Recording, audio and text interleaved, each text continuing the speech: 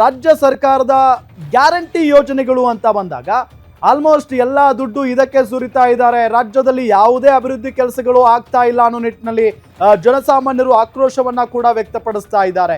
ಹೀಗಾಗಿ ಈ ಬಜೆಟ್ನಲ್ಲಿ ಗ್ಯಾರಂಟಿ ಯೋಜನೆಗಳಿಗೆ ಎಷ್ಟು ಹಣ ಮೀಸಲಿಟ್ಟಿದೆ ಹಾಗಾದ್ರೆ ರಾಜ್ಯ ಸರ್ಕಾರ ಅನ್ನೋದನ್ನ ಗಮನಿಸ್ತಾ ಹೋಗೋಣ. ಗ್ಯಾರಂಟಿ ಯೋಜನೆಗಳಿಗೆ ಈ ಬಾರಿಯೂ ಸರ್ಕಾರ ಹಣ ಮೀಸಲಿಟ್ಟಿದೆ. ಹಾಗಾದ್ರೆ ಯಾವೆಲ್ಲ ಯೋಜನೆ ಎಷ್ಟು ಅನುದಾನ ಮೀಸಲಿಟ್ಟಿದ್ದಾರೆ ಅನ್ನೋದನ್ನು ಕೂಡ ನಾವು ಈ ಸಂದರ್ಭದಲ್ಲಿ ಗಮನಿಸ್ತಾ ಹೋಗೋಣ. ಬಹಳ ಪ್ರಮುಖವಾಗಿ ಗೃಹಲಕ್ಷ್ಮಿ ಯೋಜನೆಗೆ ಎಷ್ಟು ಅಂದ್ರೆ 28,608 ಕೋಟಿ ಹಣ ಮೀಸಲು ಇಡಲಾಗಿದೆ ಈ ಒಂದು ಬಜೆಟ್ನಲ್ಲಿ. ಗೃಹಲಕ್ಷ್ಮಿ ಯೋಜನೆಗೆ 28,608 ಕೋಟಿ ಹಣ.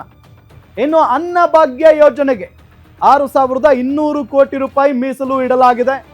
ಅದಾದ ನಂತರ ಗೃಹ ಜ್ಯೋತಿ ಯೋಜನೆಗೆ ಈ ವರ್ಷ 10,578 ಕೋಟಿ ರೂಪಾಯಿ ಮೀಸಲಿಡಲಾಗಿದೆ. ಇನ್ನು ಶಕ್ತಿ ಯೋಜನೆ 5,300 ಕೋಟಿ ಹಣ ಮೀಸಲಿಡಲಾಗಿದೆ ಶಕ್ತಿ ಯೋಜನೆಗೆ. ಇನ್ನು ಯುವ ನಿಧಿಗೆ ಯಾವುದೇ ಅನುದಾನ ಮೀಸಲಿಟ್ಟಿಲ್ಲ ಈ ಬಾರಿ ಸರ್ಕಾರ.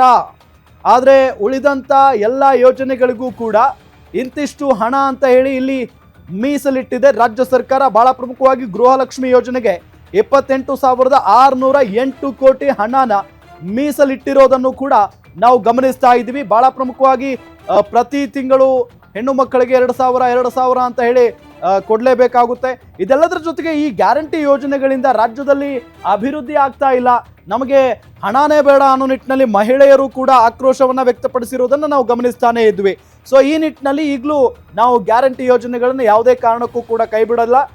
ಜನರಿಗೆ ಏನು ಮಾತು ಕೊಟ್ಟಿದೀವೋ ಆ ರೀತಿಯಾಗಿ ನಾವು ನಡ್ಕೊಳ್ತೀವಿ ಅನ್ನೋ ನಿಟ್ಟಿನಲ್ಲಿ ಸಿದ್ದರಾಮಯ್ಯನವರು ಈ ಸಂದರ್ಭದಲ್ಲೂ ಕೂಡ ಮತ್ತೊಮ್ಮೆ ಪುನರುಚ್ಚರಿಸಿದ್ದಾರೆ. ಇನ್ನು ಈ ಬಾರಿಯ ಅಂದ್ರೆ 2026-27ನೇ ಸಾಲಿನ ಬಜೆಟ್ನಲ್ಲಿ ಯಾವ ಕ್ಷೇತ್ರಕ್ಕೆ ಎಷ್ಟೆಷ್ಟು ಅನುದಾನ ಘೋಷಣೆ ಮಾಡಿದ್ದಾರೆ ಅನ್ನೋದನ್ನು ಕೂಡ ನಾವು ಗಮನಿಸ್ತಾ ಹೋಗೋಣ. ಈ ಸಂದರ್ಭದಲ್ಲಿ ಇಲಾಖಾವಾರು ಅನುದಾನ ಆರೋಗ್ಯ ಕುಟುಂಬ ಕಲ್ಯಾಣ 17,818 ಕೋಟಿ ಇಲ್ಲಿ ಈ ಇಲಾಖೆಗೆ ಮೀಸಲಿಡಲಾಗಿದೆ. 17,818 ಕೋಟಿ. ಇನ್ನು ಶಿಕ್ಷಣ ಇಲಾಖೆಗೆ ಎಷ್ಟು ಇಟ್ಟಿದ್ದಾರೆ ಹಾಗಾದ್ರೆ ಬಹಳ ಪ್ರಮುಖವಾಗಿ ಶಿಕ್ಷಣ ಇಲಾಖೆಗೆ ಅತಿ ಹೆಚ್ಚು ಹಣ ಇಡ್ತಾರೆ ಅಂತ ಹೇಳಿ ಹೇಳಲಾಗ್ತಾ ಇತ್ತು. ಸೊ ಈಗ 47,224 ಕೋಟಿ ಹಣ ಮೀಸಲಿಡಲಾಗಿದೆ ಶಿಕ್ಷಣ ಕ್ಷೇತ್ರಕ್ಕೆ, ಶಿಕ್ಷಣ ಇಲಾಖೆಗೆ. ಸೊ ಇದು ಬಹಳ ಒಳ್ಳೆಯ ಒಂದು ಸುದ್ದಿ. ಇನ್ನು ಮಹಿಳಾ ಮಕ್ಕಳ ಕಲ್ಯಾಣ ಇಲಾಖೆಗೆ 34,900. ತುಂಬಾ ಖುಷಿ ಆಗ್ತಾ ಇದೆ.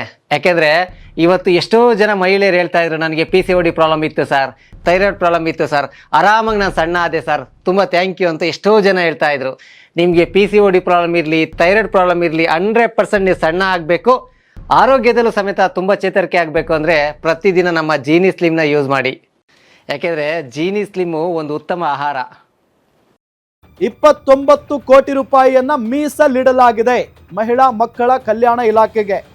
ಇನ್ನು ಮತ್ತೊಂದು ಇಲಾಖೆ ಯಾವುದು? ಇಂಧನ ಇಲಾಖೆ.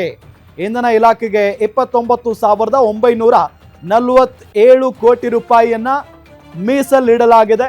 ಅದಾದ ನಂತರ ಗ್ರಾಮೀಣಾಭಿವೃದ್ಧಿ ಇಲಾಖೆ. ಸೊ ಗ್ರಾಮೀಣ ಅಭಿವೃದ್ಧಿಗೆ ಅಂತಾನೆ ಒಂದಿಷ್ಟು ಹಣನ ತೆಗೆದಿಡಬೇಕಾಗುತ್ತೆ, ಹಳ್ಳಿಗಳ ಅಭಿವೃದ್ಧಿ ಆಗಬೇಕಲ್ಲ. ಹಾಗಾಗಿ ಸೊ ಈ ಬಾರಿ ಈ ಒಂದು ಬಜೆಟ್ನಲ್ಲಿ 26,559 ಕೋಟಿ ರೂಪಾಯಿಯನ್ನ ಮೀಸಲಿಡಲಾಗಿದೆ ಗ್ರಾಮೀಣ ಅಭಿವೃದ್ಧಿ ಇಲಾಖೆಗೆ.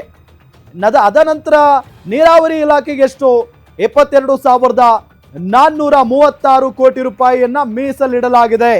ಇದು ನೀರಾವರಿ ಇಲಾಖೆಗೆ ತೆಗೆದಿಟ್ಟಿರುವಂತಹ ಹಣ 22,436 ಕೋಟಿ ರೂಪಾಯಿ ಹಣ. ಅದಾದ ನಂತರ ನಗರಾಭಿವೃದ್ಧಿ ವಸತಿ ಇಲಾಖೆ. ಸೊ ಇಲ್ಲಿ ಎಷ್ಟು ಕೊಟ್ಟಿದ್ದಾರೆ ಹಾಗಾದ್ರೆ, ಎಷ್ಟು ಮೀಸಲಿಡಲಾಗಿದೆ ನಗರಾಭಿವೃದ್ಧಿ ವಸತಿ ಇಲಾಖೆಗೆ? 22,203 ಕೋಟಿ ರೂಪಾಯಿಯನ್ನ ಮೀಸಲಿಡಲಾಗಿದೆ. ಅದಾದ ನಂತರ ಒಳಾಡಳಿತ ಬಂದರು ಈ ಒಂದು ಇಲಾಖೆಗೆ 23,100 ಕೋಟಿ ರೂಪಾಯಿಯನ್ನ ಮೀಸಲಿಡಲಾಗಿದೆ. ನೋಡಿ, ಈಗ ನಿಮಗೆ ನಾವು ತೋರಿಸ್ತಾ ಇದ್ದೀವಿ ಒಳಾಡಳಿತ ಬಂದರು ಈ ಒಂದು ಇಲಾಖೆಗೆ 23,100 ಕೋಟಿ ರೂಪಾಯಿಯನ್ನ ಮೀಸಲಿಡಲಾಗಿದೆ. ಅದಾದ ನಂತರ ಪಶು ಸಂಗೋಪನಾ ಇಲಾಖೆಗೆ 4,084 ಕೋಟಿ ರೂಪಾಯಿಯನ್ನ ಮೀಸಲಿಡಲಾಗಿದೆ. ಸೊ 4,084 ಕೋಟಿ ರೂಪಾಯಿಯನ್ನ. ಸೊ ಇದುವರೆಗೂ ನಾವು ಯಾವ್ಯಾವ ಇಲಾಖೆಗೆ ಎಷ್ಟೆಷ್ಟು ಕೊಟ್ಟಿದ್ದಾರೆ ಅನ್ನೋ ಲೆಕ್ಕದಲ್ಲಿ ಮೇ ಬಿ ಇದೇ ಕಡಿಮೆ ಅಂತ ಅನಿಸುತ್ತೆ ಇದುವರೆಗೂ. ಪಶುಸಂಗೋಪನಾ ಇಲಾಖೆಗೆ 4,084 ಕೋಟಿ. ಅದಾದ ನಂತರ ಕೃಷಿ ಮತ್ತು ತೋಟಗಾರಿಕೆ ಇಲಾಖೆಗೆ 8,373 ಕೋಟಿ ರೂಪಾಯಿಯನ್ನ ಮೀಸಲಿಡಲಾಗಿದೆ. ಇನ್ನು ಆಹಾರ ನಾಗರಿಕ ಸರಬರಾಜು ಇಲಾಖೆಗೆ 7,942 ಕೋಟಿ ರೂಪಾಯಿಯನ್ನ ತೆಗೆದಿಟ್ಟಿದ್ದಾರೆ ಸಿದ್ದರಾಮಯ್ಯನವರು. ಇನ್ನು ಲೋಕೋಪಯೋಗಿ ಇಲಾಖೆಗೆ 11,424 ಕೋಟಿ ರೂಪಾಯಿಯನ್ನ ಮೀಸಲಿಡಲಾಗಿದೆ. ಲೋಕೋಪಯೋಗಿ ಇಲಾಖೆಗೆ 11,424 ಕೋಟಿ. ಅದಾದ ನಂತರ ಸಮಾಜ ಕಲ್ಯಾಣ ಇಲಾಖೆಗೆ 18,612 ಕೋಟಿಯನ್ನ ಮೀಸಲಿಡಲಾಗಿದೆ. 18,612 ಕೋಟಿ. ಅದಾದ ನಂತರ ಕಂದಾಯ ಇಲಾಖೆಗೆ 19,845 ಕೋಟಿ ರೂಪಾಯಿಯನ್ನ ಮೀಸಲಿಟ್ಟಿದೆ ರಾಜ್ಯ ಸರ್ಕಾರ. ಇನ್ನು ಇತರೆ ವೆಚ್ಚ 17 ಅಂದ್ರೆ ಇಲ್ಲಿ 1,72,757 ಕೋಟಿ ರೂಪಾಯಿಯನ್ನ ಇತರೆ ವೆಚ್ಚ ಅಂತ ಹೇಳಿ ರಾಜ್ಯ ಸರ್ಕಾರ ಮೀಸಲಿಟ್ಟಿರೋದನ್ನು ಕೂಡ ನಾವು ಗಮನಿಸ್ತಾ ಇದ್ದೀವಿ.